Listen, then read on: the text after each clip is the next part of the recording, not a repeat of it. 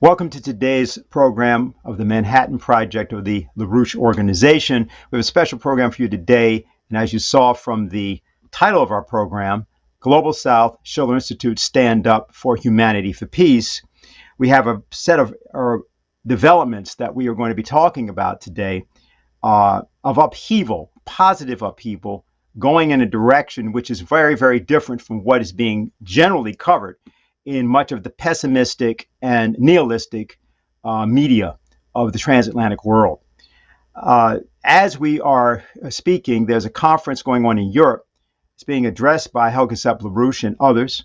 As the question is, and this is going on prior to the July 11th and 12th Vilnius NATO summit. There are many different forces in the world, including, for that matter, even factions of governments that have decided that the Ukraine conflict, so-called, that is to say, the proxy war between the transatlantic world and Russia, China, and the global South, demands that there be a change, and in fact, a seismic change in policy in the transatlantic world.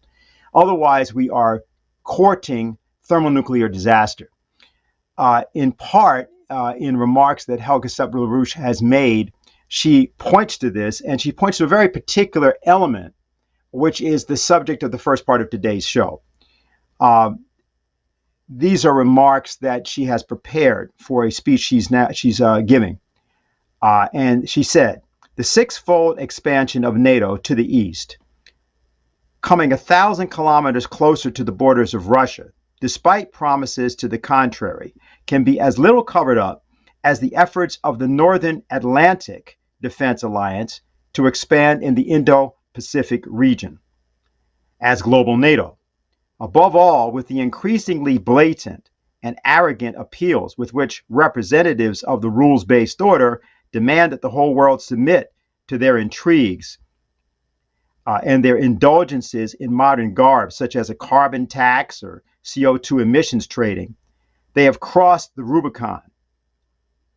But it is by such means that they hope to prolong the existence of the hopelessly bankrupt neoliberal financial system at least a bit longer. We are currently experiencing a change of epoch, albeit not of the kind that Chancellor Scholz of Germany referred to on February 24th, 2022, which amounts to the militarization of Europe as a protectorate of the United States. Rather, we are seeing the end of some 500 years of colonialism, which the countries of the global South are determined to finally shake off with the help of China and the BRI, the Belt and Road Initiative. For example, at the recent International Finance Summit in Paris, President Ramaphosa of South Africa demanded that the international community provide funding for the Inga Dam. Quote, let's get that done, and then we will be convinced that you are serious with the promises that you make. It is estimated that the price tag would be $80 billion and generate at least 42 gigawatts of electricity and would have an absolutely revolutionary impact on the entire continent's energy supply and economy. And what we're going to do is we're going to explore what Helga Sepp-LaRouche just said by showing you a portion of President Ramaphosa's speech. This was at a Paris summit conference involving the World Bank, the IMF, many different nations. It happened on June 24th. And we're going to just show that segment of his speech in which he describes this precise project.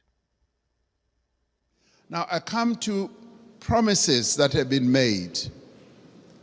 And Chancellor Scholz was saying, we've got to walk the talk. Yes, we want to see the talk being walked. President Sassou Nguesso yesterday said at the dinner, $100 billion was promised per year. And he was saying, I've never seen that. And many of us will testify that that $100 billion has never really been made available. And this should stand out as something that needs to be addressed. Because sometimes we sit at conferences like this and say, yes, we'll make this available, and we believe you. We believe you, but now the tire must hit the tar. We must now see action flowing from that. Now, I want to then talk about something very practical. President Sassou Nguesso raised it yesterday. He said he would be happy if flowing from this summit, we do something very practical on the infrastructure side. Having said that 600 million people in Africa do not have electricity, and yet we've got all the resources to generate electricity, particularly the mighty Congo River, and that there have been plans to build a number of power stations that will generate, in my calculation, up to 70,000 megawatts. And he said, and I want to speak in support of this proposal, that to prove that these summits are not summits where we just talk, flowing from the Paris COP as well as others, let us now put money on the table and collectively say we are going to address this mega project. A mega project which will in the end generate electricity for up to 12, 15 African countries all at one go. And this is a project that I think the multilateral development banks here working together, the call that you've made, President Macron, can actually fund.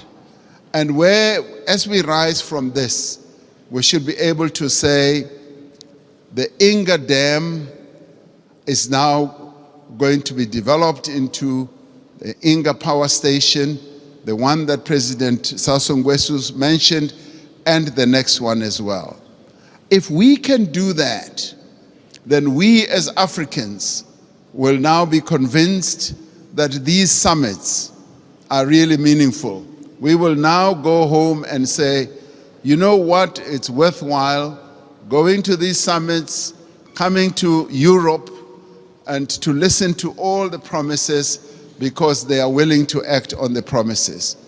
This is what President Macron, I believe, will be one of the most important outcomes.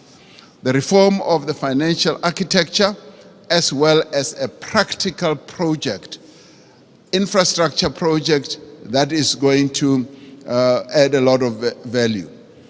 President Sisi and I have been talking about a railway from Cape Town to Cairo for years. We will leave that for the next summit, but the one on generating electricity and building power stations on the Inga Dam is the most important, that is immediate, that I believe needs to be addressed now. Let's get that done, and then we will be convinced that you are serious with the promises that you make. Thank you.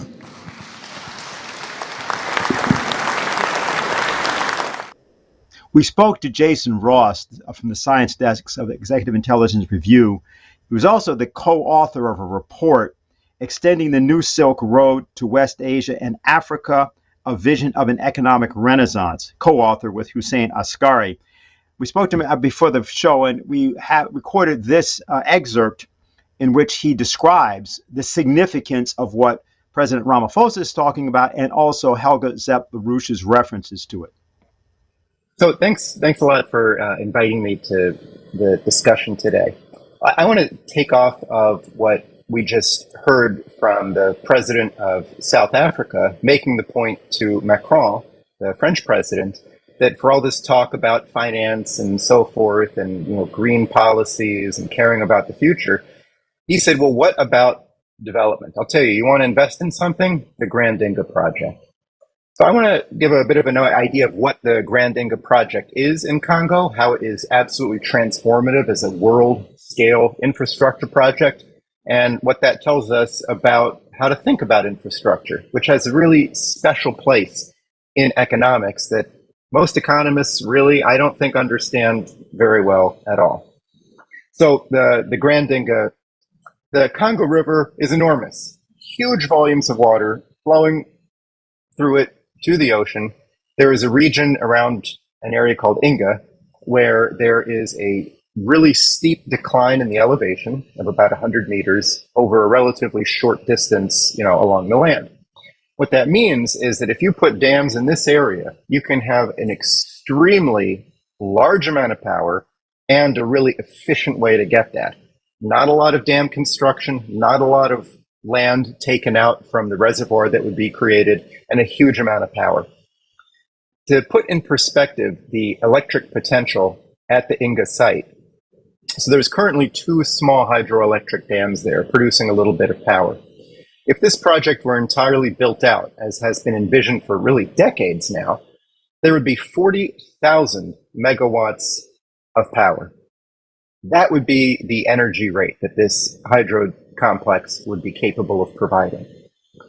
To put that amount into perspective, that is the amount used by 40 million people at the US standard of current energy use. But if we take a look at what this is going to mean for using that amount of energy and energy, let's talk about energy in general. So the availability of grid energy in sub-Saharan Africa is under 50% at present. Less than half of people have the ability, or businesses have the ability, to connect to grid power. And what this means is that the use of electricity is really low. So overall energy use in the Democratic Republic of Congo per capita is about 6% of that in the United States. That number's been increasing recently with more energy use in Congo and also, declining energy use in the US. But if we look specifically at electricity, the average electrical use in the DRC today is it's roughly 10 watts. So if you think of a 10-watt LED light bulb, that's the amount of power available per person on average. In the United States, we use per capita 100 times as much. So there is an enormous gulf. There's a huge need for power because without it, you are really limited in terms of your economic productivity, in terms of being productive, eliminating poverty, being able to have manufacturing and so forth. You're not going to do it with the steam engine. You're going to do it with electric motors. And for that, instead of diesel generators at each plant, you want large-scale, efficient power with a transportation network for that. So given the amount of power that could be produced at Inga, which also can be built in stages as more power is needed, you would immediately be thinking not in terms of a national project or even a binational project of Congo, DRC and Republic of Congo, but of a project that would span to include a dozen nations, hundreds of millions of people who would be able to benefit from this project as it moves forward. This is fantastic. So, if you think about why is this wonderful opportunity not been built yet, especially with all the talk about green power and being renewable and getting away from fossil fuels, you might say, wow, a gigantic hydropower opportunity? This is a no-brainer. So what happened is about over a decade ago, the World Bank pulled out of the project, essentially saying it was infeasible and what about the fish? At present, the way this could move forward is going to be through China-US cooperation. This would be the most perfect example of the US dropping its opposition to China's growth and instead saying, hey, how can we as two major nations in the world work together for projects that make sense? This is not a charity project. This is a development project. This will pay itself back many times over because that's what infrastructure does.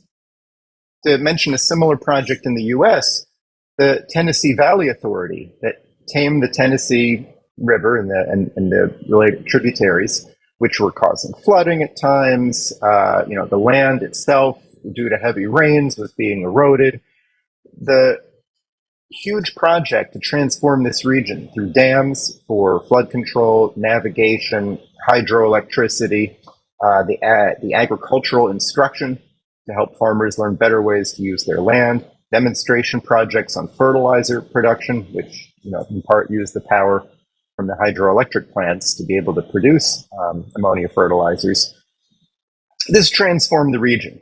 During the New Deal, the Southeast, the South, saw the greatest percent increase in its economic well-being under the New Deal. Even though there were projects all around the country, this region saw the most growth.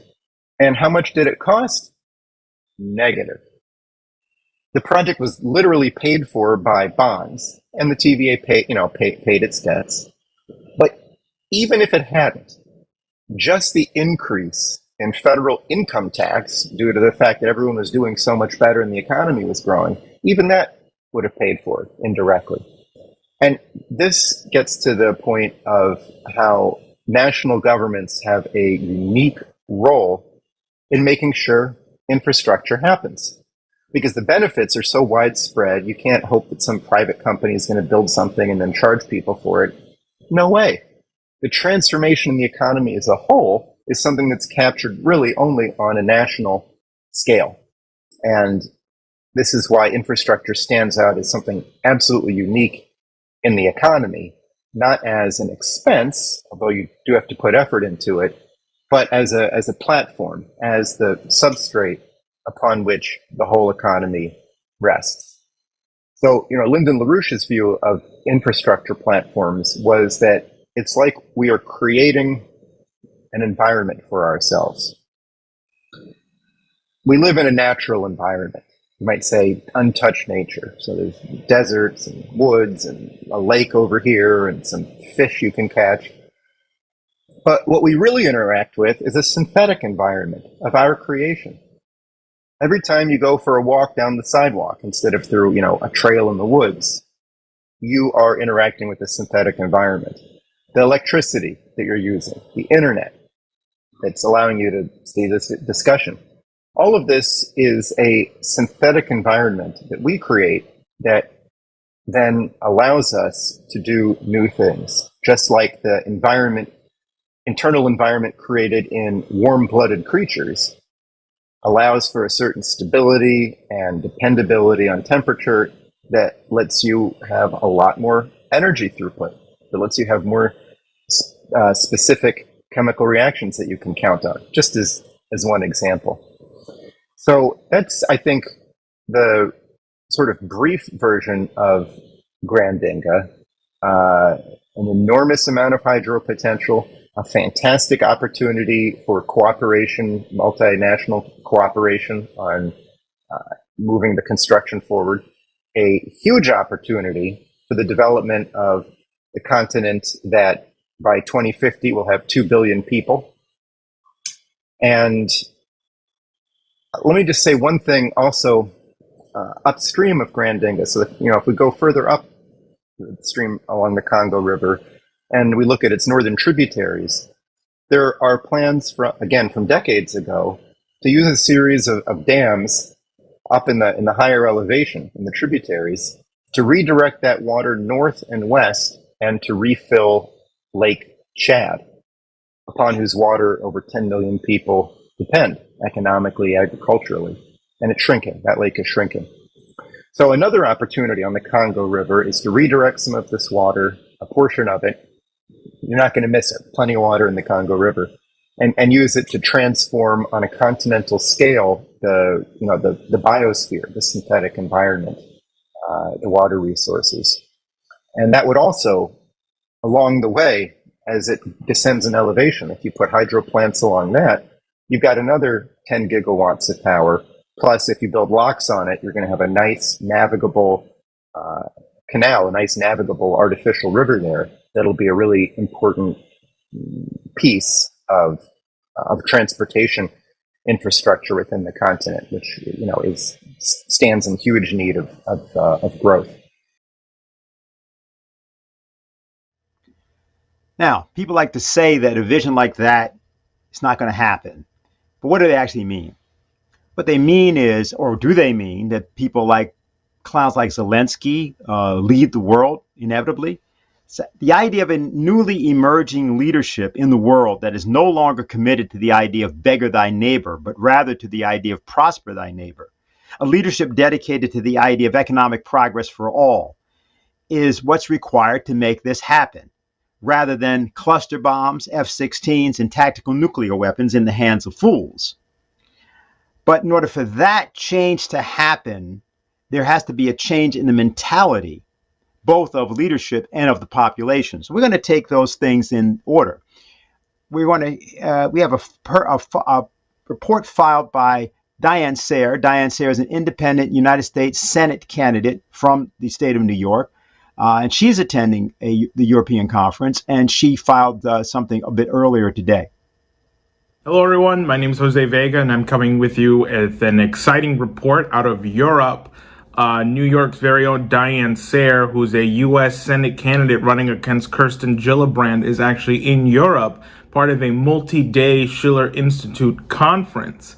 And so I have her here live with us on Zoom. Diane, what's going on? Where are you? What are you doing? Well, I will be speaking shortly at the International Conference of the Schiller Institute in Europe, and we have a couple hundred people here in France. And what is coming across here, actually, with the opening keynote given by Helga Zepp-LaRouche, is that the new paradigm already is very well underway in a way that I think Americans are not aware of. The first panel featured first Helga Zepp-LaRouche, then the ambassador from China to France, then a minister of the Russian embassy in France, then a journalist from India. So we had China, Russia, India immediately in the beginning, discussing both the strategic tension that we're on the brink of thermonuclear war, but that indeed a whole new paradigm has come into being. We also heard from a retired French colonel who described that he has just been in a conference in Tehran, Iran, which was attended by 40 different nations, and that they are discussing, again, to create something that has durable significance, like the Munich Security Conference, but in Iran. So what these speakers are making clear is that on the one hand, we have this extreme tension, but the tension comes because a new system is coming into being, which is separate from the rules-based order, which is being pushed by the British Empire and the United States as the muscle man running it. We had a science teacher from the Democratic Republic of Congo. We had a former member of the European Parliament speaking about this situation in Syria. We had a leader of a very prominent opposition party in Turkey.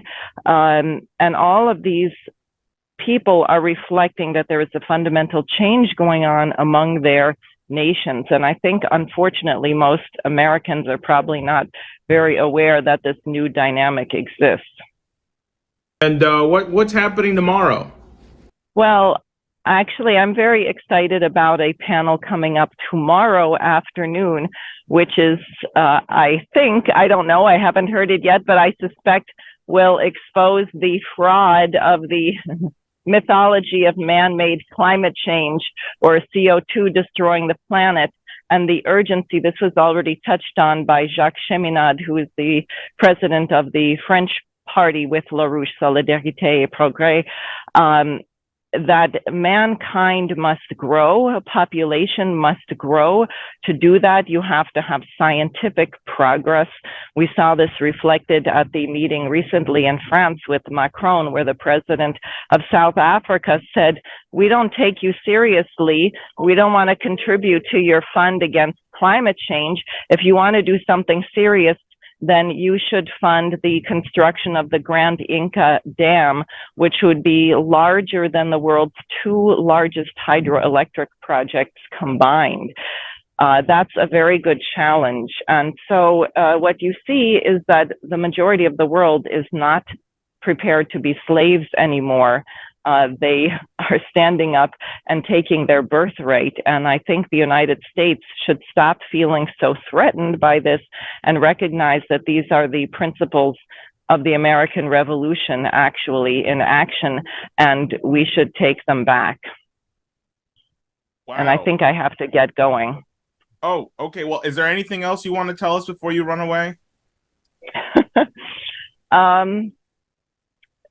You should organize your rear ends off. In August the 6th, the anniversary of the bombing in Hiroshima, there's going to be actions all over the country, including one in New York at the United Nations.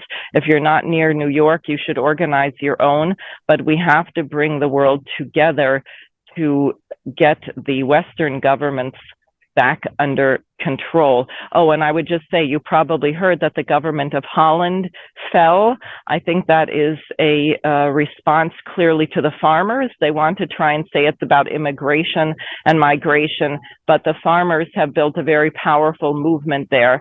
And I think we will see in the dynamic leading up to the US presidential elections a similar change. So that's what I can say, but there's, I don't know, a couple dozen nations being represented at this conference here, and we'll have more once it's completed. So now let's go to that issue of what's going on in the Netherlands. Yes, the government has fallen. We have a new system coming into being, but that's not necessarily a smooth process. You know, there have been riots in France. People have heard something about that. Been various demonstrations of various types in Germany, but the Netherlands situation bears much, much closer scrutiny. And to talk about that today, we've got Bob Baker from the agricultural desk of EIR and Rick Sanders, who's been making a lot of trouble around particularly this issue that was referenced, just alluded to by Diane, of climate change. And the farmers there in Netherlands seem to have, shall we say, a different idea about changing the climate. They just changed the political climate. So why don't we, who wants to start? Bob, you going first? Well, go ahead.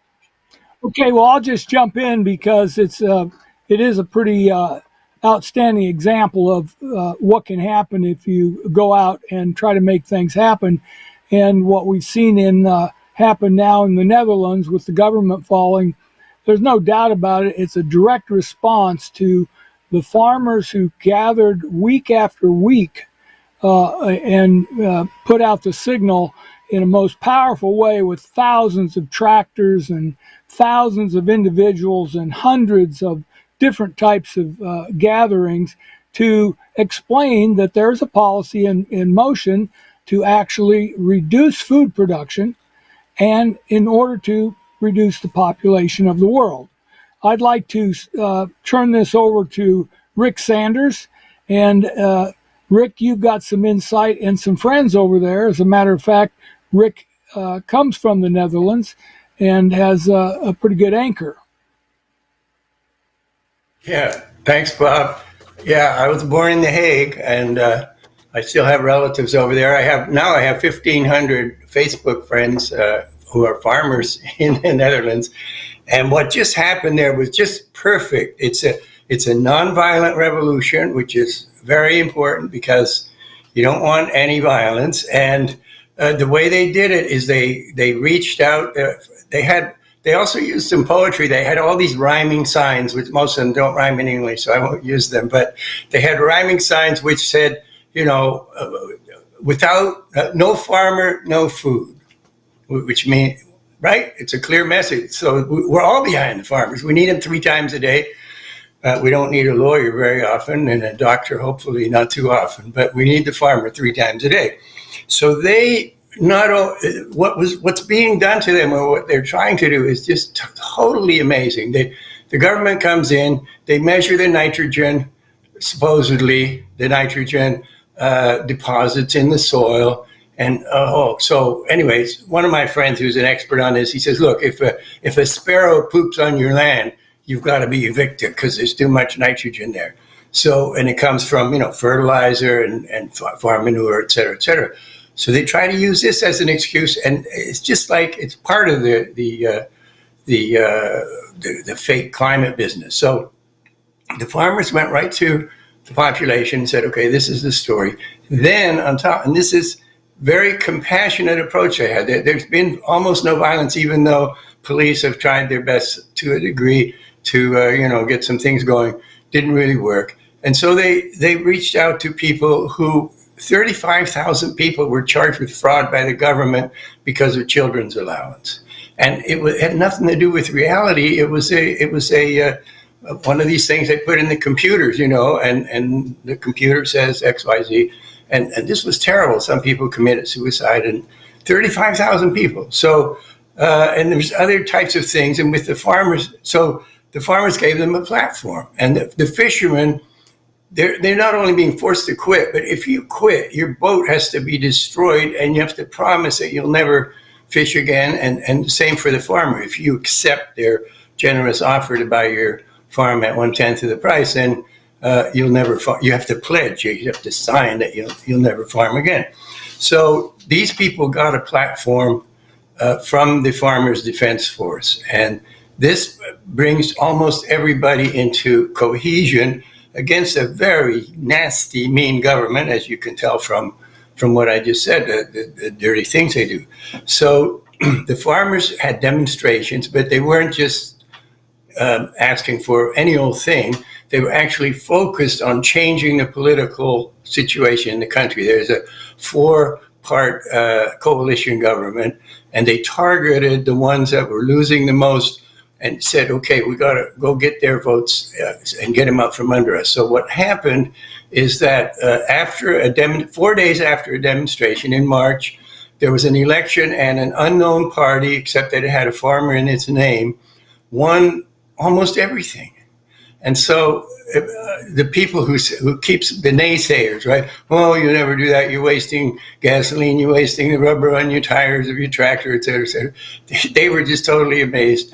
And the same thing happened the other day. On the 29th of June, they had a demonstration. It was small because the government had police out all over the place stopping their tractors from coming in. There were thousands of tractors. And maybe I thought maybe a couple or 3,000 people there. So this seemed to be small, but the leader of it, he said, don't be discouraged. Target the CDA. That's one of the parties. They're the weak link because they've been losing votes, and so people got it, and they started hanging the flag of the CDA upside down, which is like a real insult. The farmers have been doing that with the Dutch flag for over a year, upside down, which means emergency if you're out fishing or something, and that it looks like, you're looking at it, that half the population at least is against the government. So all of a sudden, and then yesterday, the cabinet resigned because they couldn't agree on something which was related to immigrant and exiles and so forth problems, which is a tricky problem. But the reason they couldn't agree on it is because they're bankrupt. They're total failures, as was proved by the landslide against them back in March. And so the cabinet resigned. And this is Mark Rutte, who's a former employee of Unilever, one of those big cartel type of thing. He's a real nasty character. So he's gone. He had to go to the king and ask the king to, accept his resignation. And I guess the king generously did that. So now we've got elections coming up, and it means opportunity for, especially, by the way, on the social media, opportunities to educate millions of people. This is how you do it, and then set some new standards, new goals for Holland, the tiny little Holland, smaller than New Jersey. How come it's in the news? Well, it actually it's the biggest food producer, second biggest food producer in the world after the United States, this little speck of a country, right? So they could produce more food. They're good. They love farming. They're good. They have high technology. And so we can expand that to the whole world. We just have to join the BRICS, that kind of thing. Get out of NATO, get out of the EU. Rutte was one of the key people who was working with Zelensky to get the F-16s to Ukraine. Well, Zelensky just lost his buddy. So I think we got a great future ahead of us.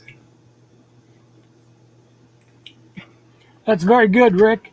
So I'd like to emphasize that what we're dealing with, especially food production, is it brings you to the concept of food for peace. And it's a very tangible item to think about, because there is a global operation going on. You see it coming through organizations like the World Economic Forum. They want to shut down food production. They'll call it all kinds of different names. for the environment, many different ways to go about it. But the end result is they want to reduce the population of the world. Now, what we're doing in our organization is we're pulling leaders together and people together from all walks of life to take a stand against this, because we need to work as a joint force, both nationally and internationally, to preserve our sovereignty as individuals in sovereign nations. But food production, there's no way to get around it. You must feed the population.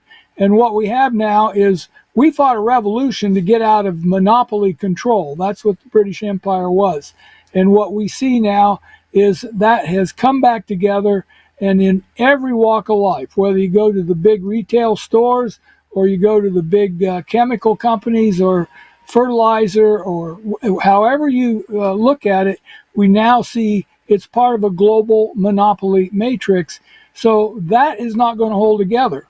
And so what you see, especially with the farmers in the Netherlands, who are extremely organized, extremely courageous, and they have a very internalized idea that this is a moral issue that must be addressed, and they are taking a stand. They're setting an example to the world how you can go out, you can fight for the truth, you can fight for a policy for the kids and the grandkids, and for saving your nation's food supply and the food supply of other nations. As when I was over there, I don't know if Dennis has any graphics or anything that are on board here, but I'd like to open that idea up.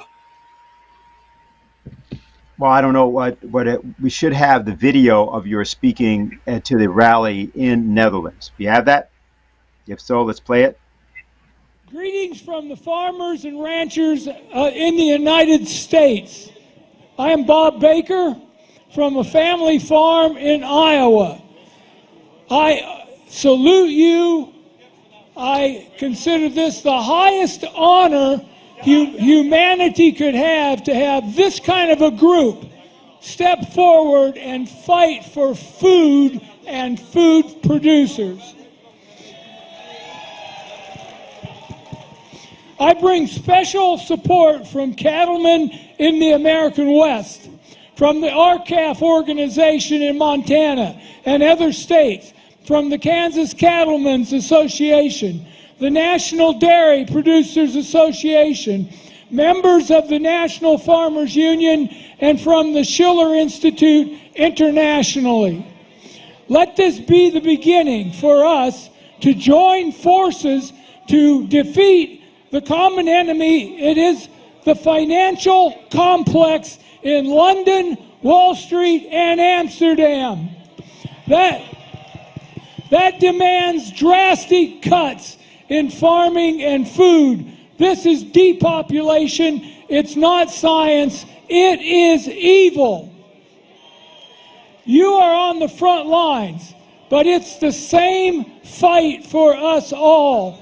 We must trash the green lies that say chemistry, machinery, food, and power are bad for the earth. This is a fraud.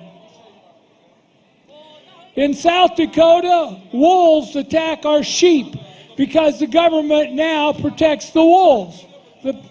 For biodiversity, Western lands are being banned from livestock grazing because the government demands 30% of the land be banned from agriculture by 2030. The real cause of the crisis is the financial complex, creating energy poverty, food poverty, and life poverty. They lie and they say they blame Russia, China, and war. It's all a fraud. They are rip-offs. They are financial rip-offs. Millions are in the streets now in Europe, France, Germany, Italy, Britain. I was at a Washington, D.C. rally in the February, over 3,000 people showed up. Meantime, millions around the world are starving for lack of food. We must put in place a new system for production. We stand ready to work together with you to get the tractors rolling in the USA and to link up to the farmers in India, Africa, South America, and everywhere. Thank you for taking the point. We stand with you side by side. So, Bob, before we go to Gerry Rose, I'm going to ask you a few questions. Where was that? When? What caused you to be there? What kind of response did you get? That was in the Netherlands on March 11th, and that was a rally by the Farmers Defense Force. They had called up 5,000 tractors and over 100,000 people, and because they could actually do that, they got about 4 days before the government said, no, you're not going to do that. We're going to call out the military if you do. They did it anyway. But this is a real concerted effort. Now, the Schiller Institute in our organization, I was visiting with farmers throughout Europe in that period. We were talking about we've got to stop the shutdown of food production. And that brought us into communication with leaders with the Dutch farmers and the German farmers and the French farmers and Italian farmers. And that's what we're trying to do in the tradition of what LaRouche has set in motion, and Helge LaRouche with the Schiller Institute, to pull together people to fight for a common cause to save humanity from this big military-industrial complex, global monopolization, and cartels that we fought a revolution to get rid of. Now, in the process, that when we found out the Farmers Defense Force was going to protest on the 29th in front of their government, we put together a message from the U.S. farmers and ranchers and fishermen to the Dutch farmers and fishermen.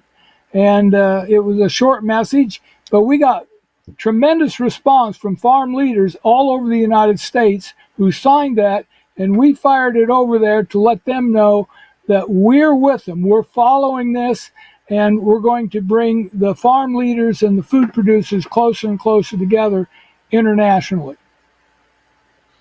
Okay. Now, Rick, I have a few questions for you also. I'm going to hold them right now because I want to bring Gerry Rose in. Gerry is the National Executive Committee of the LaRouche Organization, and he may have some comments at this time, and then we'll get into a bit more conversation. So, Gerry. Yeah, if you take the two together, what Ramaphosa said, which is absolutely unique. They used to have to go to the IMF, the World Bank, and beg for pennies, which they never got. Or if they got them, they had to pay twice as much and promise cuts. What you're seeing now is a new system that Helge referenced, but didn't come into existence last month or last year. The fight that Lynn and Helge raised over the last 30 years, and particularly as the fall of the Berlin Wall occurred, in which these development corridors, the whole idea of a new financial and economic infrastructure questions, so that what you're seeing now is because of the cumulative work of many nations over decades. As Putin said, this system is already in existence. It's never going back. There's never going to be a world hegemon again. It's over. Your old system is over. It was based on wars, looting, and the world has had it. And Ramaphosa was able to do that because of the option, which is emerging extremely rapidly, of a new credit system, a return to basic physical economic production, and that the monetary system would be based upon that physical economic production, and that credit would be issued, as in the Inga Dam project, for real physical wealth. So that what you have now, and I think the report that Rick and Bob gave was tremendously exciting, is the combination of a return to the spirit of Bandung in the wake of World War II, that colonialism will end, that nation states will emerge. And at Bandung, they reference the American Revolution. And what you're seeing now internationally is the emergence of a new, qualitatively different force. The role of the Schiller Institute in linking up these different forces, as Bob indicated, and the dialogue process that initiates cannot be underestimated. Now, the biggest problem we have is to bring the United States into that international dialogue.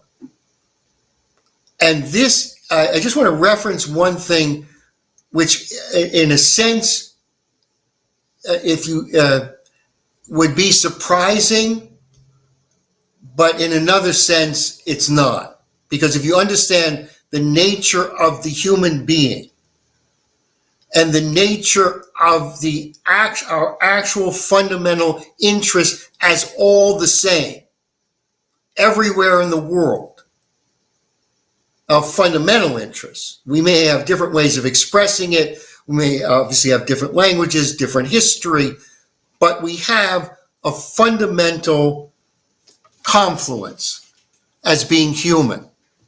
And in the famous encyclical, which was the last, in a sense, the last will and testament of Pope John the 23rd, the last thing he ever did, and he was an extraordinary person.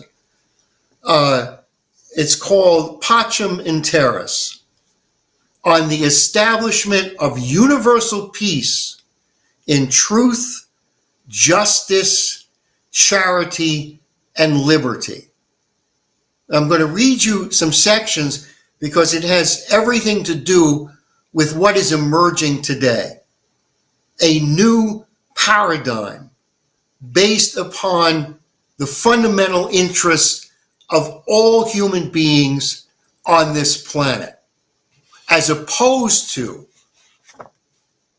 the only way I can describe it is satanic interest, which killed John Kennedy, which killed Martin Luther King, which killed Robert Kennedy, which killed Malcolm X, which killed Enrico Mattei, which killed every single fighter for peace, Patrice Lumumba. Their time has come. It is ended, and it ends in a very specific way. But I want to read a very important insight that this encyclical has. First, peace on earth, which man throughout the ages has so longed for and sought after, can never be established, never guaranteed, except by the diligent observance of the divinely established order. And certain cultures express this in different ways. But they all understand there is a divinely established order. That a marvelous order predominates in the world of living beings and in the forces of nature is the plain lesson which the progress of modern research and the discoveries of technology teach us. And it is part of the greatness of man that he can appreciate that order and devise the means for harnessing those forces for his own benefit. I'm skipping a bit.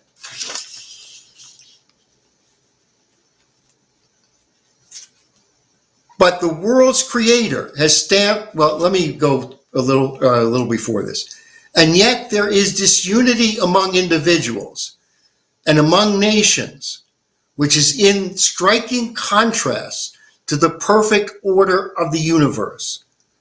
One would think that the relationships that bind men together could only be governed by force.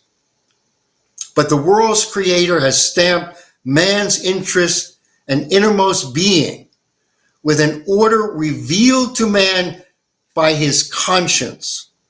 And his conscience insists on his preserving it. Men show the work of the law written in their hearts. Their conscience bears witness to them. And how could it be otherwise? All created beings reflect the infinite wisdom of God. It reflects it in all the more clearly the higher it stands in the scale of perfection. But the mischief is often caused by erroneous opinions. Many people think that the laws which govern men's relationship with the state are the same as those which regulate blind elemental forces of the universe. But it is not so. The laws which govern men are quite different. The Father of the universe has inscribed them in man's nature. And that is where you must look for them, there and nowhere else. And then I'm going to skip to a critical point. Any well-regulated, productive association of men in society demands the acceptance of one fundamental principle, that each individual man is truly a person. He is a nature that is endowed with intelligence and free will. As such, he has rights and duties, which together flow as a direct consequence from his nature. These rights and duties are universal and inviolable, and therefore altogether inalienable. This is the Declaration of Independence, worldwide, proposed as the basis for peace. This oligarchical filth that has violated the fundamental nature of man we have now called them to reckoning. And that what we have now internationally emerging is an international dialogue, which is the basis for a fundamental shift back to the idea of man and his inalienable rights as the basis for peace and prosperity. There's more to be said on this, but I just wanted to indicate the nature of what we have unleashed worldwide. Okay, well, thanks a lot, Gerry. So before we go to questions, we have one other report. I believe Harley Schlanger, who of course is with us usually every week, but he's also in attendance at the European Conference. I think he had a brief report that, Jose, if you can file that. Okay, well, I've just come from the second and third session of a European Schiller Institute Conference. And as you know, I'm a big supporter of these Schiller Institute conferences, but this one is really quite extraordinary. The opening panel included high-level ambassadors from BRICS countries, from the Russian ambassador in France, or the Russian cultural minister in France, I should say, the Chinese ambassador in France. We had an Indian scholar. We had speakers from many parts of the world. Alessia Ruggieri from Italy, about the motion that they're taking to get the Italian parliament to insist that the EU get out of the war. There's a Danish speaker. I mean, the thing that was amazing is in many different languages with many different accents, a discussion of what are the common interests of mankind and why it is that we have the potential to use the motion in the global south to break the power of the war party that's insistent on not just weakening Russia or destroying Russia, but on sustaining their collapsed unipolar order. And we just had a very interesting exchange at the end of the session where someone asked Michele Geraci, a top Italian economist, former government official, who gave a really interesting talk on why Italy had the memo of understanding with the Belt and Road Initiative. And he was asked, well, will the yuan replace the dollar? And he said, first of all, that's not the Chinese intention. Secondly, that probably wouldn't work. What's being done with the alternative currency discussion is not a replacement for a dollar system, but a trade and investment system and a system which allows countries to buy and sell goods in local currencies or national currencies, but not to establish a new hegemon. The Chinese have no interest in that or intention in that. And the people who are putting out the story that the World Economic Forum is trying to move the world power from the US and Europe to China, this is nonsense. The Chinese don't want that. What they want is a just and fair trading system based on development, which is what the Chinese ambassador said this morning. And Geraci is a very prominent Italian economist who lives in China, who works for a number of different universities. And his comments were really quite interesting about this in setting people straight. And in discussion with him, the point that I made is that, look, a lot of people are hoping that the dollar will collapse and China will come in and replace it with the yuan. And I think that's missing the point. The point of this conference is we have to have a mobilization of countries in the West and citizens in the West to set up a new financial system and not have someone else do it for us. So I think that was one of the messages that came through from Helga Zepp-LaRouche, from all the speakers. When will the people emerge on the stage of history? All right. I have something I want to get a reaction from, particularly Bob, you, and Gerry on. But before we do that, Rick, we noted in the course of the remarks that were made both by Bob and also differently what Diane reported from the European conference, that this climate change question is sort of very much at the root of what happened among the farmers, at least, in Netherlands. So is there any more to say about how that works? Is that just a farmer thing? Is that everybody in the Netherlands, or a lot of people in the Netherlands? There's been a big fight about this, public debate. That's not what it is. How did that play into these events? Well, a lot of people in the Netherlands, like here, they still believe in this climate change emergency, including some of my relatives who otherwise I like them, but this is pretty wild. So fortunately, there are scientists. One of them, his name is Jaap Hanekamp. He's a toxicologist and a chemist. And they're backing the farmer. They're not even backing the farmer. They're backing the truth every inch of the way. And they're looking at what the government is saying. It's just like with, in fact, I should say today is a very special day because the world was supposed to end according to Greta. And in the Dutch parliament, one of the people there had a celebration because it didn't end. But of course, the good side of it, did end for Rutte in a certain sense, the prime minister. But so this cataclysmic talk is just complete madness, and they have no data. And this is what Jaap Hanekamp, Dr. Jaap Hanekamp pointed out, is they go and they take a little bit of data and they stick it in a computer model, and that model says 2 weeks from now, the world's going to end, just like all these clowns around here. Al Gore, by now you'd be underwater to here. It's all cooked up. And in fact, that is evidence of global warming, is that the heat produced by them cooking the books, that's the only global warming going on. So now the farmers, see, that's another trick. They accuse them of nitrogen, and that's just a proxy for carbon dioxide, which you can't fool a farmer on that because they pump it into the hothouses to make the plants grow. So you're not going to tell them it's bad. But on nitrogen, what do they know? Maybe, all the fish are dying because of the runoff.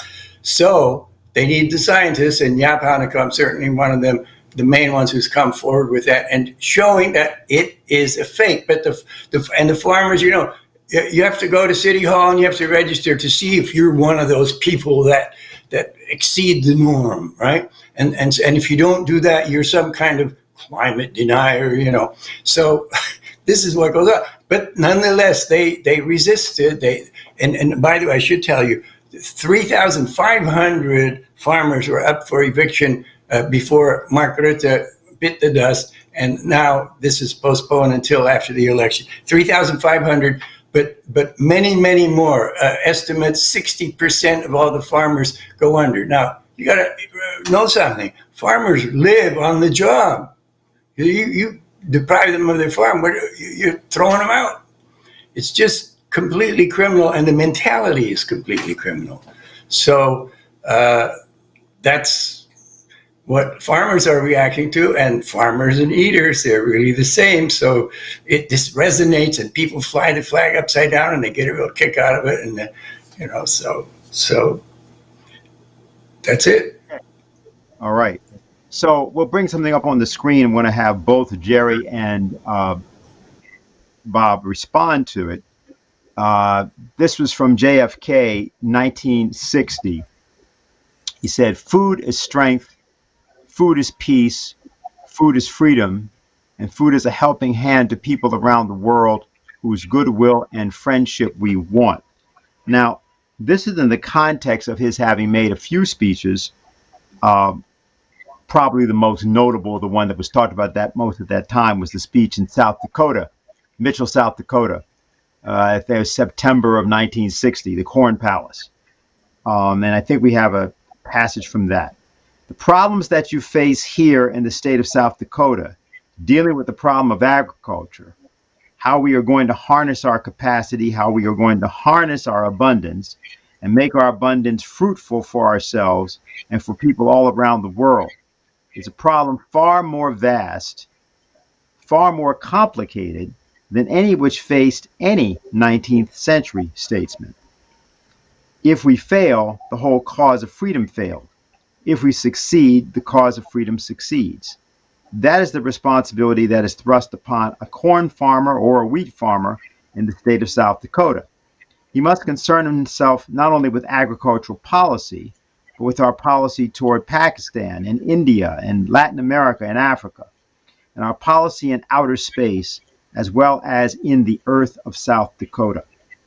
So I'd like to ask, since Gerry, of course, was shaping much of what he had to say around John the 23rd's response really to the circumstance of 1962 and the Cuban Missile Crisis and the Pachamama encyclical. Everybody knows who's been watching the LaRouche Organization site that we've been emphasizing the American University speech of John Kennedy, June 10th, 1963, for weeks now. So, Gerry, how do you respond to what's your thoughts about what you just heard from JFK? This is before he was elected, in other words, not yet president, and then he created Food for Peace. It was a program that Eisenhower had begun to deal with the surpluses, but he was the one that in 1961 created the Food for Peace program. Well, there's a certain irony in that. I was in Chicago, Bob remembers, we set up the Food for Peace organization in the United States under Lyndon LaRouche. What strikes me, and you see, once you understand that government that industry, that agriculture are the underpinnings of the dignity of each individual. And that dignity as he reflects Imago Dei. Then you understand that to deprive people of food, to deprive people of work, to deprive people of a certain living standard, to deprive them of education is unworthy of the dignity of man. And that what the Pacem in Terris, and in a different way, the Kennedy June 10th speech, which were Pacem in Terris written April 11th, as the Pope died soon thereafter. And then you look at Kennedy in the June 10th speech, which a brilliant book, and I in a couple of Thursdays, we're going to go through this in more detail, but a brilliant book called JFK and the Unspeakable, Why He Died and Why It Matters, by James W. Douglas, indicates that Kennedy was most moved, as was Khrushchev, by an idea that in the first hours of war, 300 million people would be killed, and that children who voted for nothing and no one, who had no voice, would be exterminated. And they faced the machine that was hell-bent, both in the United States, the Curtis LeMays, the military-industrial complex, and the two of them worked together with the intermediary being John the 23rd, to produce a profound understanding of what peace is, not as a thing, not as the absence of war, but that flows from the idea of man and flows from the idea of the inviolable and inalienable rights. And they faced down that machine. It was, in a sense, a moment of Gethsemane, both for Khrushchev, and you'd be surprised, and I'm going to go through that in some detail at another time, both for Khrushchev and Kennedy. They rose to the level of Gethsemane and accepted it and averted an almost inevitable nuclear war. And that this dialogue process, which was started a year before through letters and discussions, they recognize each other as human beings, as fundamentally real. And that dialogue process, which we have unleashed in the world, in which people are meeting each other, dialoguing with each other, getting to understand each other, this will bring that machine down. So that's my reaction to it. Okay. Bob, you were there at the inception of Food for Peace as well, as we initiated Schiller Institute. What are your thoughts about this? Well, that was quite an inspiration, because I remember Lynn got up and gave the keynote address, and he opened up by saying, talking about the Lord's Prayer, and he said, "Give us this day our daily bread." And he built a whole beautiful Food for Peace speech around that concept. And it really made everybody think, how we go through life, and then all of a sudden you get these ideas that bring everything into focus. And so the types of things that we see and we're up against now, and this is why I am so impressed with the farmers in the Netherlands and farm leaders in the United States that actually stand up and they go and they're pulling people together and they're trying to get this idea across. But what we've got in terms of our particular unique organization and history is this idea of focusing on man in the image of God, his creativity. And I think of the one president, Abraham Lincoln, who, he was president and we had the Civil War. And he was facing a financial breakdown, the biggest depression in history, food crisis beyond belief. And the Wall Street bankers, they didn't want to even loan money to support the Union. And Lincoln courageously pulled together people around him and put in and implemented the policies that, we had in our Constitution, created a new credit system, created a new greenback system and money, and launched great projects and built clear across the United States a transcontinental railroad that went into places that nobody even knew was out there.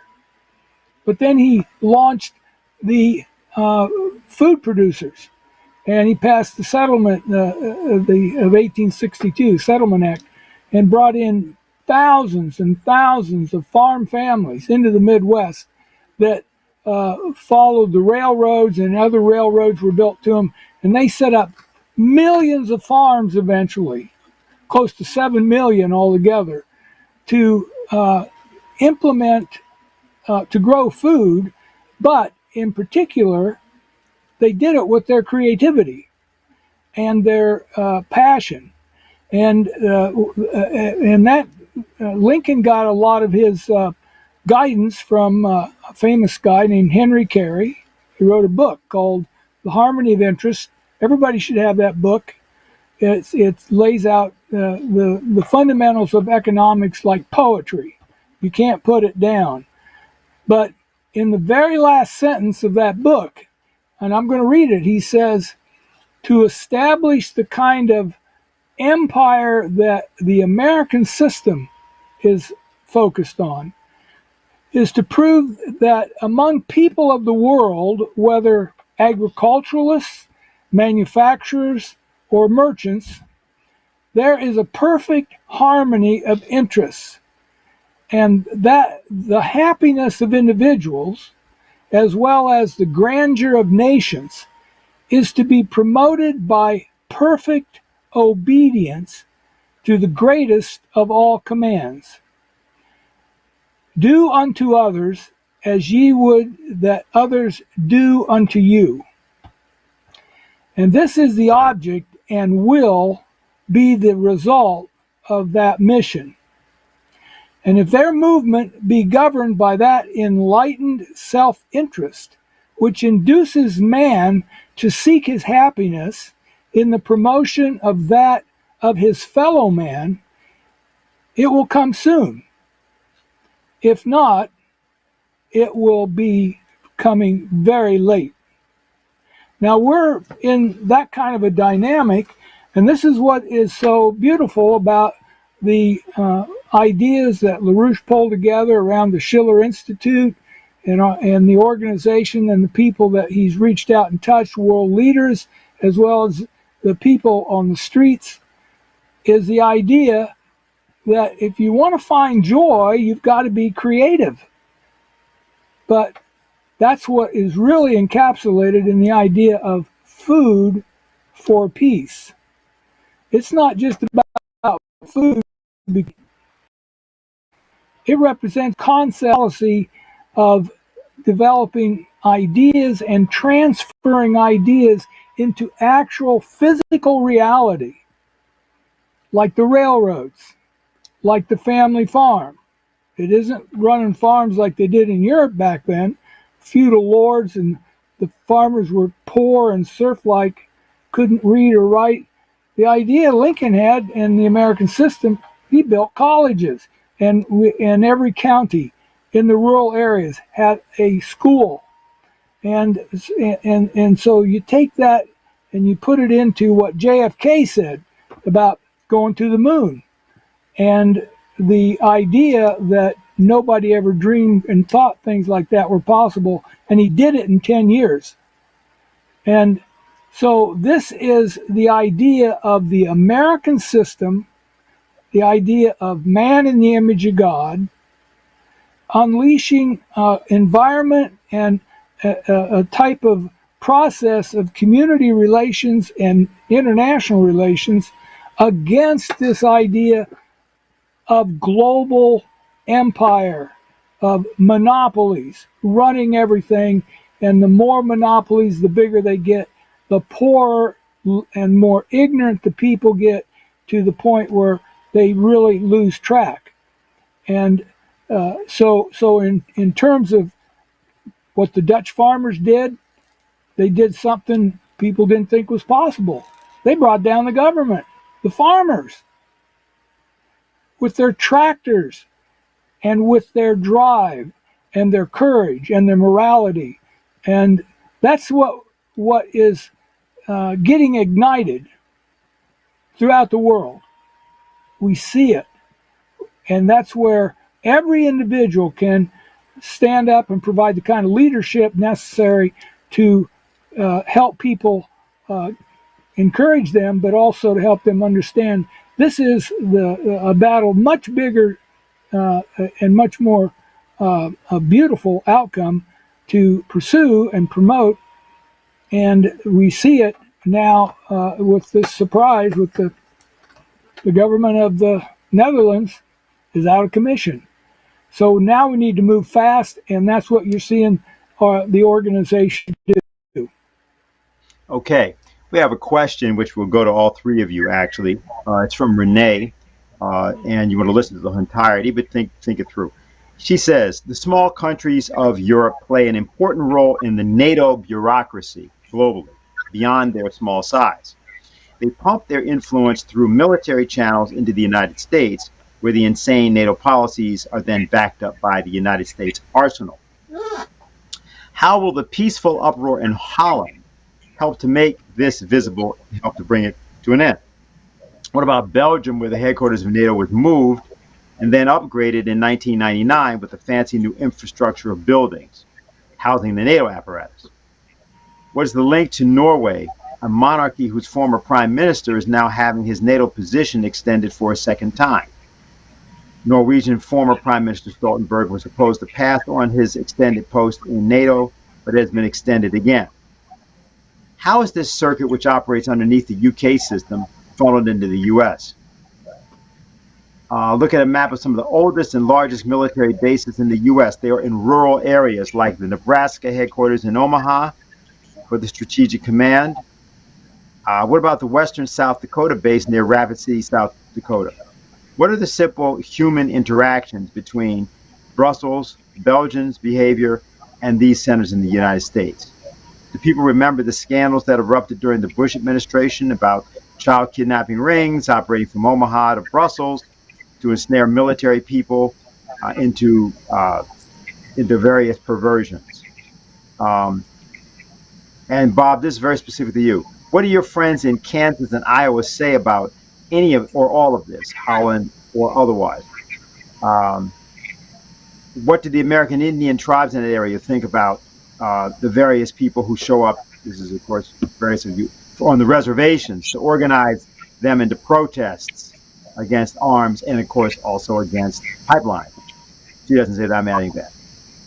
And then Rick, she's asking, would farmers in Holland help dig up more on this nonsense to liberate U.S. policy on land usage from monarchical and insane influences and control? So, sort of for all of you, and any of you that wants to start on any part of it, just raise your hand, and that way I know.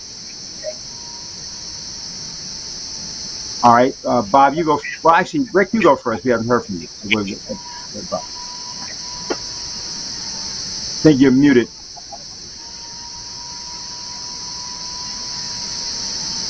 It's of course a tricky question, but they've dealt with the. I'll give you an anecdote, but they've dealt with the police very correctly, even though the police was very provocative. Okay. But so far, there's only been one bullet fired by a policeman, and it hit a tractor, not a person. Now, if you compare that to the United States, it would have been, Bonnie and Clyde 100 times. So this is they're all family, let's think about it. And then the military, there's one anecdote which they're more nasty, okay? They're trained to be more nasty. So this was at a farm demonstration about a year ago, and some guy stood in front of a tractor because he was afraid that stood in front of a police tractor who was trying to tip over a farm tractor for, violation, traffic ticket, what I'm saying? So he stood in front of it. So they grabbed him, they threw him in a van, and they started punching him and all kinds of things. They were all, plain clothes and a mask on, all that kind of stuff. So at a certain point, he was about 50 years old. He thought he was going to die. But then he saw the shoe of the military man who was doing this to him, and he had been in the military himself. So he said to him, "Is that what you military guys do to the rest of us who also enlisted?" And the guy backed off immediately. So this is to remember. They're all the same people, and as far as NATO goes, they don't talk about it much, but they were not happy about a whole bunch of eggs being dumped in Holland from Ukraine and undermining the Dutch farmers. That was not exactly thrilling.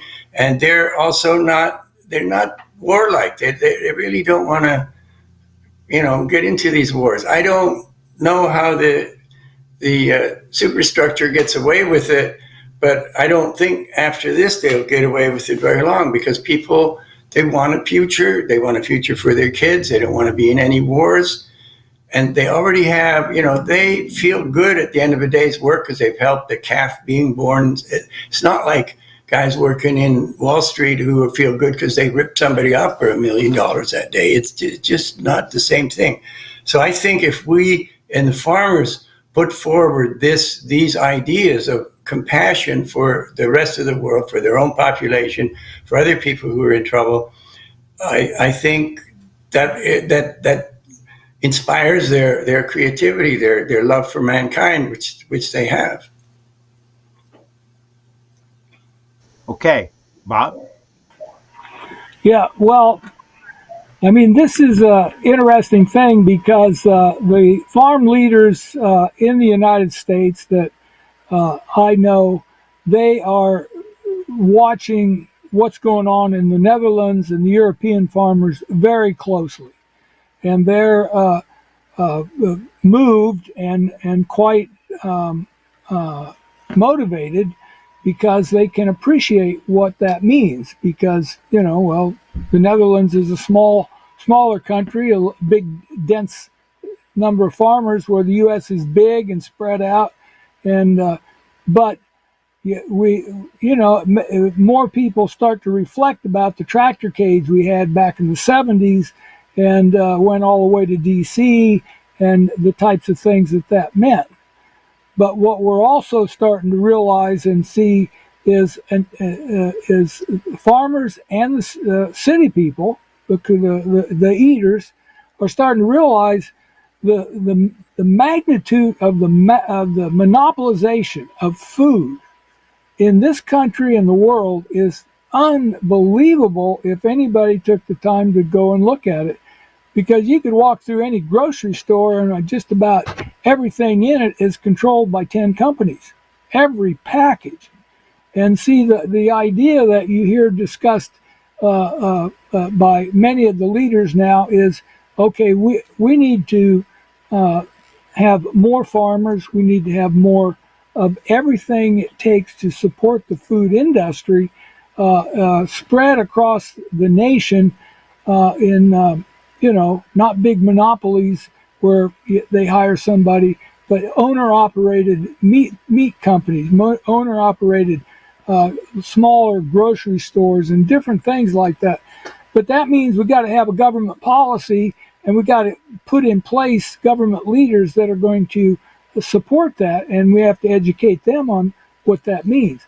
But in terms of the farm leaders and how this is affect, I mean, even farmers that are involved in the big livestock complexes and everything, they actually make comments that, yeah, this is, we should go a different direction, but they just don't know how to do it. And that's where we come in, because our nation's got a history of doing those kind of transitions. Gerry, I've got something particular for you to respond to. You may have something to say about what Renee said, but No, they answered.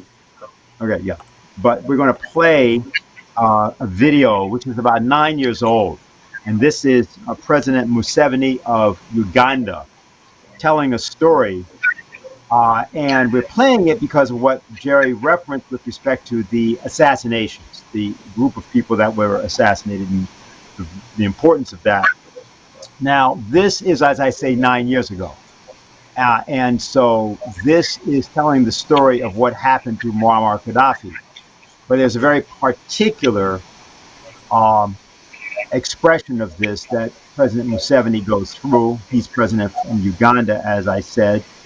There is a bit of a background note. You're going to hear this sort of a musical track that was placed there by whoever recorded the video originally.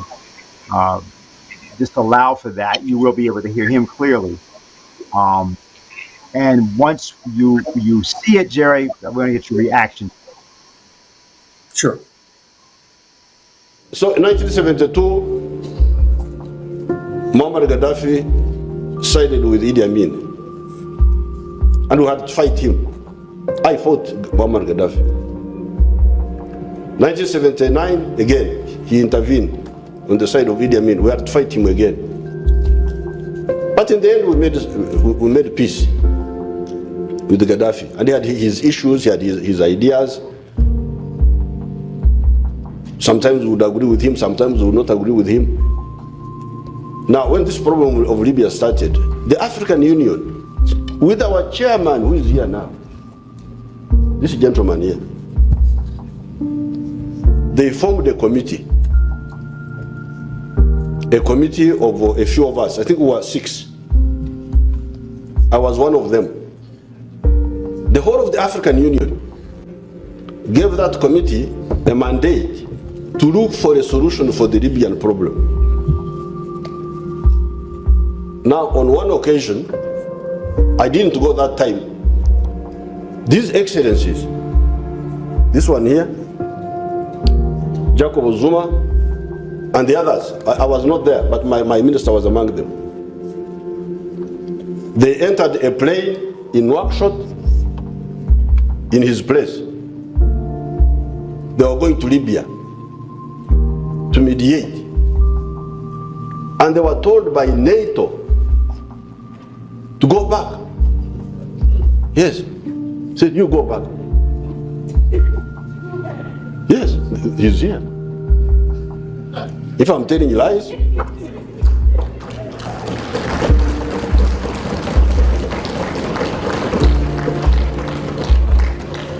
I'm not the one who invited him, you're the one who invited him. African presidents on an African mission over African soil were ordered by NATO to go back. That NATO has not allowed them to land in Libya. Now, we call this in Swahili dharau, contempt. This is contempt. So now you can weigh yourselves now. Your presidents were ordered by NATO. 6 of them, not one. If it was only 7, maybe you could say.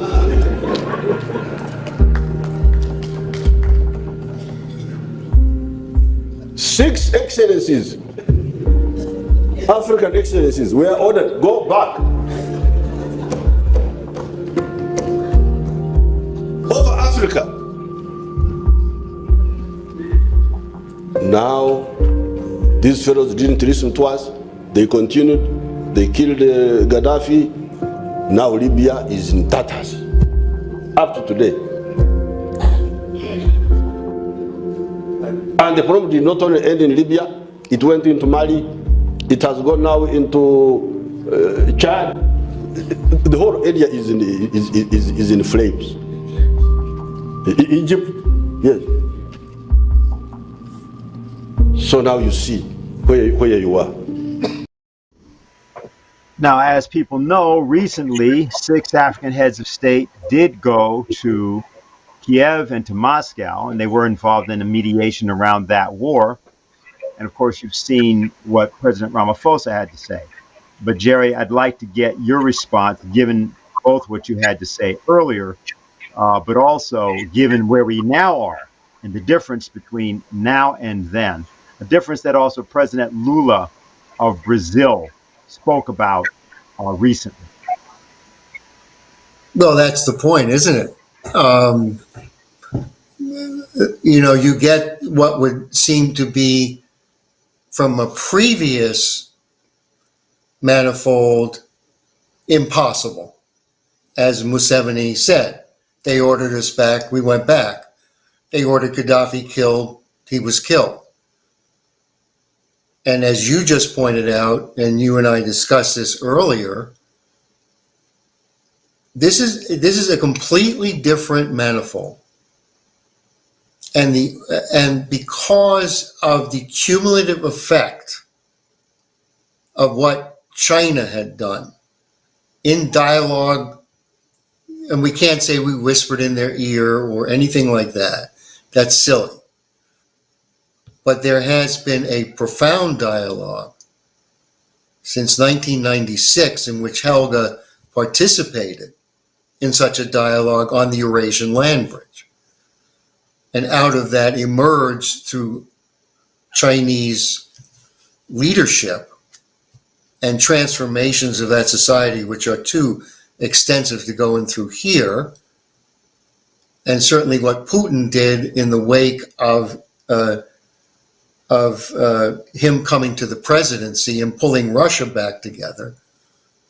You now have, and of course the famous Evgeny Primakov, who very much agreed with LaRouche on the Russia-China-India combination, that the United States, our fight in the United States, which is now taking on a very interesting capacity. You have RFK Jr., you have Trump, you have us in the middle of it. Diane is critical to this, and other forces, independent forces coming together. But that world of a hegemonic, one hegemon is over. No one's ever going back to that. It's as silly as saying Ukraine has won the war or will win the war. Everybody knows it's untrue. And therefore, what you're seeing now, and it's so important, this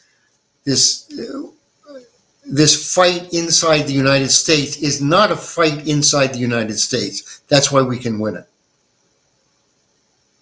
All the United States need do now is work with this emerging order, which both China and Russia would jump for. And the world would take a giant step forward for the peace that the Pope, Kennedy had articulated. We are on the verge of that, as close as we are to nuclear holocaust. And the danger is enormous. Because as this book, Douglas, goes through, it was only because there was a dialogue between the leaders of Russia, the leaders of the United States with Kennedy, who was facing enormous opposition, which ultimately ran a coup against him and killed him. It was only because there was that dialogue that the Cuban Missile Crisis was stopped.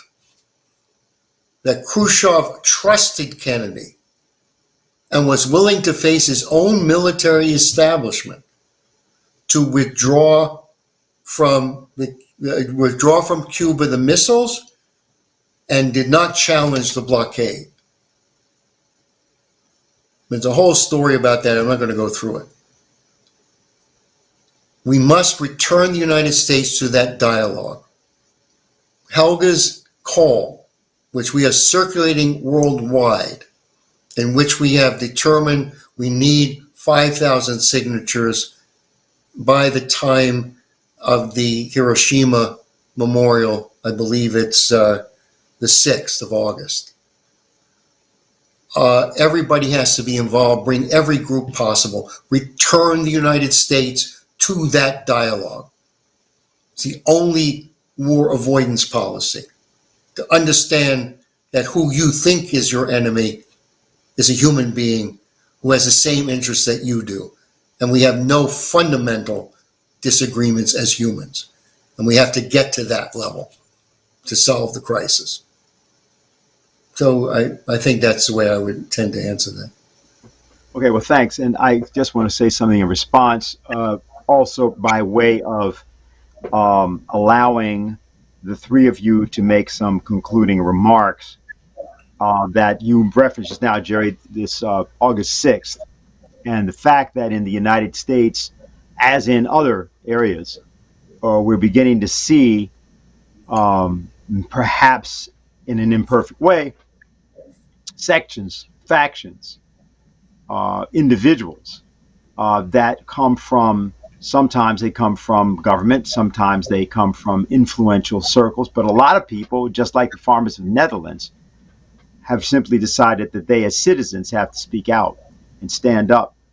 And this issue of war, of one humanity fighting for peace, seems to be catching on quite a bit. Now, there will be various actions that will be taken around this anniversary that you referenced, which is the August 6th and then August 9th also. 2 atomic bombs were dropped in human history, one of them in Hiroshima on August 6th. That'll be Sunday, August 6th in our case this year.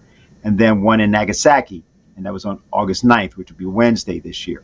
On both of those occasions, various people have planned actions because our contention is there was not sufficient reason under any circumstance for the dropping of the atomic bomb. Reasons have been given, and reasons are defended, but that's precisely that with which the human race now has to break if it's going to survive. Douglas MacArthur and others tried to call people's attention to that at the time. But as we go to a conclusion at this point, Rick, let me start with you. And again, it was very interesting that you had this nonviolent, but very confident and very persistent and very uncompromising movement that to the outside eye seemed to come from, quote, nowhere. But what's your thinking as in terms of any final thoughts, not merely about the Netherlands, but also just about what we've been talking about all afternoon?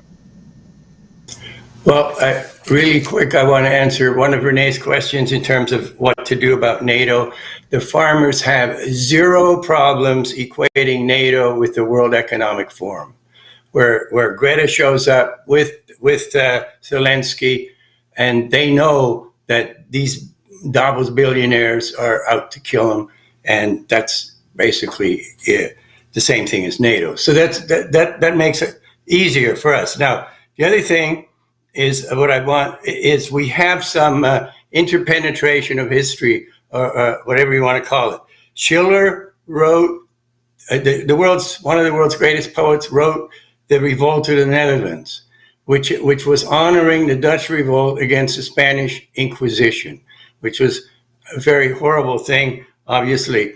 Now, he wrote it, he said, this is so remarkable, not because they did it, but because this was a peaceful people, farmers, fishermen, manufacturers, small manufacturers.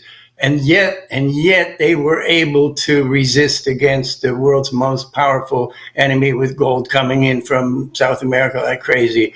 And so it's a beautiful thing that he wrote. Now, but why did he write it at, in about the time of the American Revolution? Because he was reminding people, and besides, the Dutch also played a big role in supporting the American Revolution with lots of supplies through St. Eustatius in the Caribbean. So he was reminding people of this and reminding Americans perhaps he couldn't come out openly for the Americans because then, they might have killed him or something. He already was in plenty of trouble. But he wrote that for that reason. And then later, the Dutch supported the American Revolution, and before that, they themselves pride themselves on the resistance against the Roman Empire. So there's a continuity there, and this will. I've been sending out quotes from Schiller translated into Dutch to. I don't have to; they read English, but anyway, on Schiller's praise of the Dutch for their heroic resistance against the Inquisition. And we hear echoes of that. Okay. Bob? Well, I think a couple things in terms of, let's say the Netherlands, the Dutch farmers, and farmers throughout the world. Because when I was walking up to this rally on March 10th, I ran into two farmers. They were both carrying flags. And we introduced each other, and they spoke probably better English than I do. And we talked, and the one guy reminded me and said, oh, so you're from the U.S. Well, you got the Federal Reserve. And but he said, let me tell you something. Our queen, she owns 18% of your Federal Reserve. And now I don't know exactly about that, but he brought that up. So we're walking a couple more steps, and he's got a flag, and I said, what's your flag all about? He said, well, this is my flag of the company I own or work for. He said, have you ever heard of it? And I hadn't. It was in Dutch. And he said, well, this is a paper company, and it made the paper your Declaration of Independence was written on. Now, that's just a few steps up a trail going to this rally. So I was talking to other farmers, in the rally, and I was totally moved by the fact that I would ask them a question, something like, I have a lot of respect for your fighting here. Said, what's really driving you on this? And in one way or the other, they responded, well, we're not just fighting for the nation, and we're not just fighting for our kids. He said, we're fighting for your farmers. We're fighting for the world's farmers, because we're up against something that is so evil that it is orchestrating an operation to shut down food production all across the world. Now, that's quite a moving thing, that you pick up this spirit of all the types of things that these farmers are thinking, and what Rick said about, nonviolence and all that. I mean, they don't even want to be identified with any particular party. But the point is, they have this morality to stand up because it's what you should do. So I see that actually kicking in gear in many different ways now, that especially since the government collapsed, but because of what we're doing and what we're seeing other world leaders come to the kinds of things that Helga is having and putting together. Hey, thank you. Gerry? I would like to leave it with what Bob said. I think that makes the point. And only one thing to remember, there is a limit to a tyrant's power, and they've reached their limit. It's our time now. Okay. Rick Sanders, Bob Baker, Gerry Rose, I want to thank you all for being with us. I also want to thank Harley, Schlanger, and Diane Sare for those reports, Jason Ross also for his report. I want to thank the people that also work with us. We did get one question, which I'm going to take up as we go to the conclusion, but I'm going to take it up in a certain context. The question was about what was happening in Sudan and what's happening in terms of the civil war there.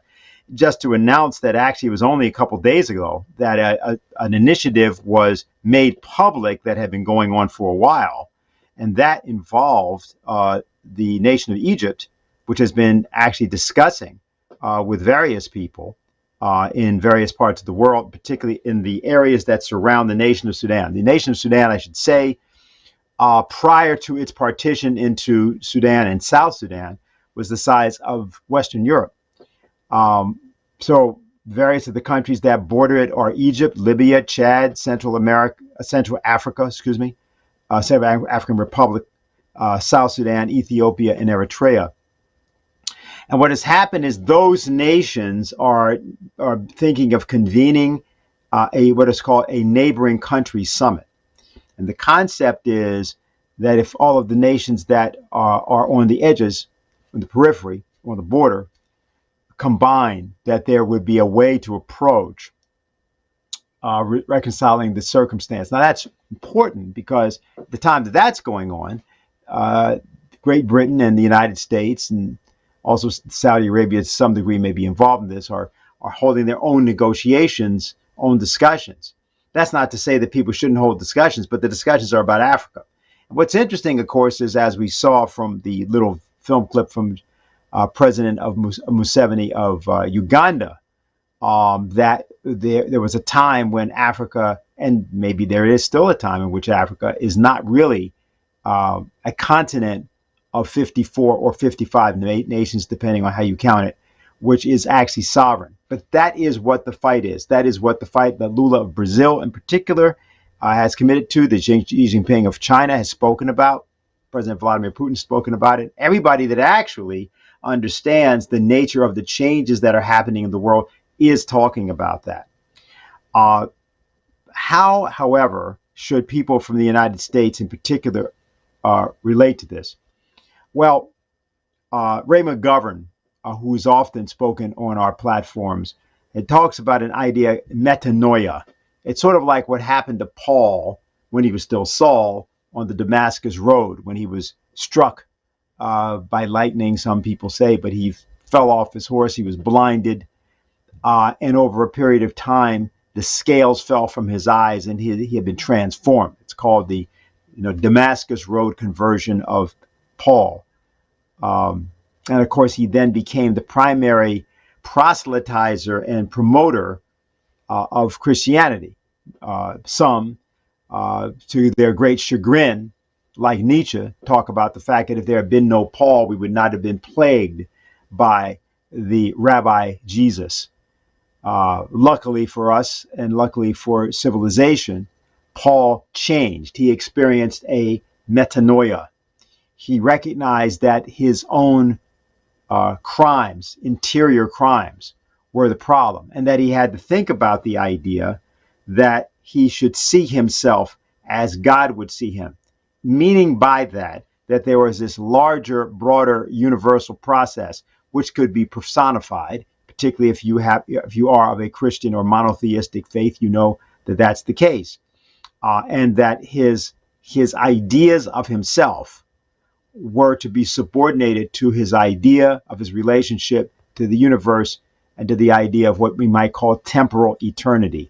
The idea being that what do you do in the time of your life, the span of your life, or the days of your life, that can transform or be transformative for the universe as a whole. Now, a lot of people like to say, well, that's just mankind trying to be arrogant because you've got over 2 trillion galaxies and you've got literally billions of bodies, planetary bodies and otherwise within those 2 trillion universes. And here we are somewhere trying to claim that in some fashion there's a design in which we figure.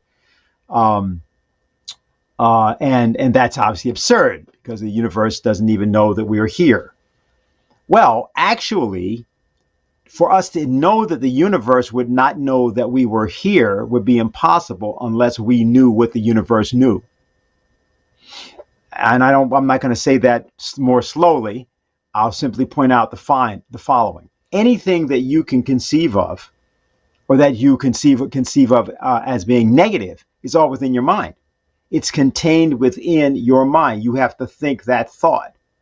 And that means that the entire universe and those trillions of galaxies would not exist for you were you not capable of comprehending their existence. Apprehension and comprehension are sometimes used interchangeably, but the reason I'm bringing these up is if you look at what's happening in the world and you look at the problem of the mortality of the individual, the physical mortality, do we identify with our mortality or our immortality? Because there is a universe in which there is an arc. There is, I would argue, a moral universe in which there is an arc. And the idea is that each individual has access to changing that universe that tends to come through forms of physical transformation, physical economy, as we call it. But that's really a footprint of a bigger process. There's a creative process inside of the human mind that allows us to see the universe as lawful.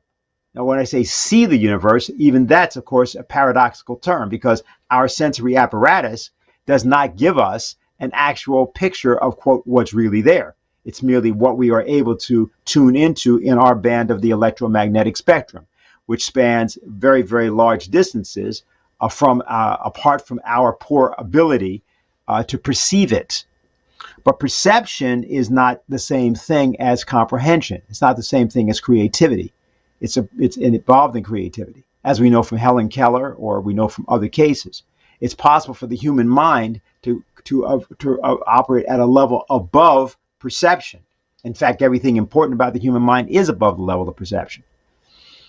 In looking at or trying to discover how the laws of the universe give us a notion of man's purpose in the universe, mankind's purpose, we say, well, there's no purpose whatsoever. Some people claim that there's purposelessness, which would be to imply that there's forms of chaos, which rule, but of course there are forms of order which are obvious in the universe. Otherwise, there wouldn't be solar systems, there wouldn't be galaxies, and there wouldn't be ways to develop telescopes like the James Webb telescope that would be able to tell us how insignificant we are.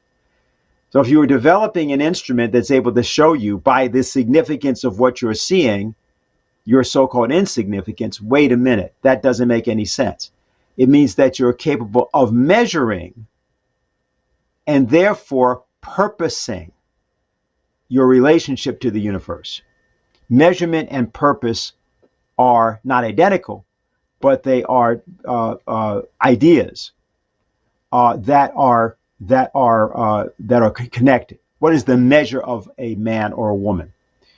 Martin Luther King used to talk about that a lot of times. What is the value? Value and measurement and purpose are integrated. As we conclude today, we want people to think about the fact that a number of people, apparently simple people, have toppled a regime which was an unlawful regime in the Netherlands. Some other people in Africa have now challenged the world, saying, well, all right, if climate is really as big a problem as you say, why not build a hydroelectric project which will help 600 million people in 12 to 15 nations and clearly has no negative effect in terms of climate change.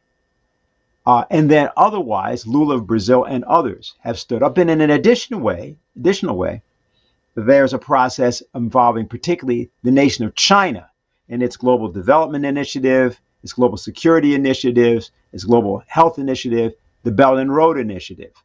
And all of these offer a form of collaboration, not necessarily uniform agreement, but a harmony of interests by which the world can move forward. These are all ideas, every one of them, that were essential to the American Declaration of Independence and its later Constitution. We're only a few days past the 4th of July celebration of that matter. And it's, I think, important for us to think about the last time an American president in all aspects tried to stand for not just the principles of the American Revolution, but the international implications of those principles.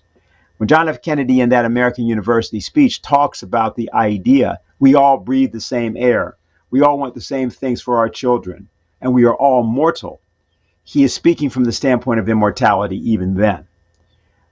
It's this idea, whatever may be your religious persuasion, in other words, which is important, but it's also important that whatever that may be, it is this idea which is universal for all of humanity, and humanity must operate together to achieve what people call peace, the kind of peace that makes life worth living. And that kind of peace involves the pursuit of happiness. It involves the idea of the physical capabilities of prosperity that all people deserve by dint of the fact that they are born. We're not talking about deserving a paycheck. We're not talking about deserving a car. We're not talking about deserving a commodity. We're talking about deserving prosperity, as that prosperity is expressed in the development of the entire human race. And so one may be poor in certain respects, but in being connected to that task, as those tasks are defined often by great projects, whether they be rail projects or things like that, or great scientific ventures like the James Webb Telescope. But you are part of that, and that forward direction of the immortality of humanity, operating on behalf of a purpose which the nature of which we are to discover, to divine. And so our connection to the divine is our discovery. And that's why the word to divine and the divine, that's why they work that way. That's our nature. That's what we're here for. So if we are connected to that purpose, that measurement of ourselves, then we are prosperous. And we are prosperous, perhaps not in the sense that we have everything we need or want, but in the sense that we have an access to a demand, if you will, a constitutional demand on the entire human race. And we express it in the different governments of which we are members, through which we are governed. They must be just governments, but we must also be just in our demands upon ourselves to bring those governments to justice. This is really where the world now finds itself suddenly. It's an interesting process. It's called different things by different people. The economist Rosa Luxemburg referred to it as a mass strike process. Others call it by different names. But what thing we can say is that each individual is required, should he or she demand this of themselves. One has to elect to do this.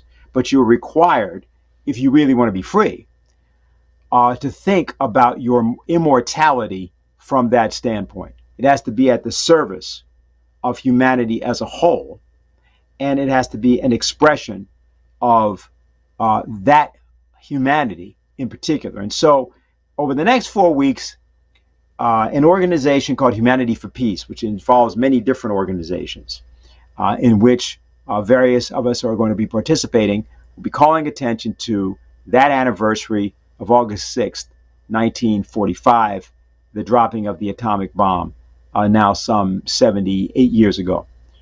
And yes, it will be, in one sense, an atonement, but more importantly, it's a resolve that these dead shall not have died in vain. And in the degree to which we can today commit ourselves to that purpose, then we have fulfilled at least the mission of our immortal lives. So we want to thank you for listening to us today. There'll be a lot more in the next days concerning the unfolding events, including those involving many of our organizers and our organization in Europe and otherwise. And so stay tuned here. You'll hear more about this. Good afternoon.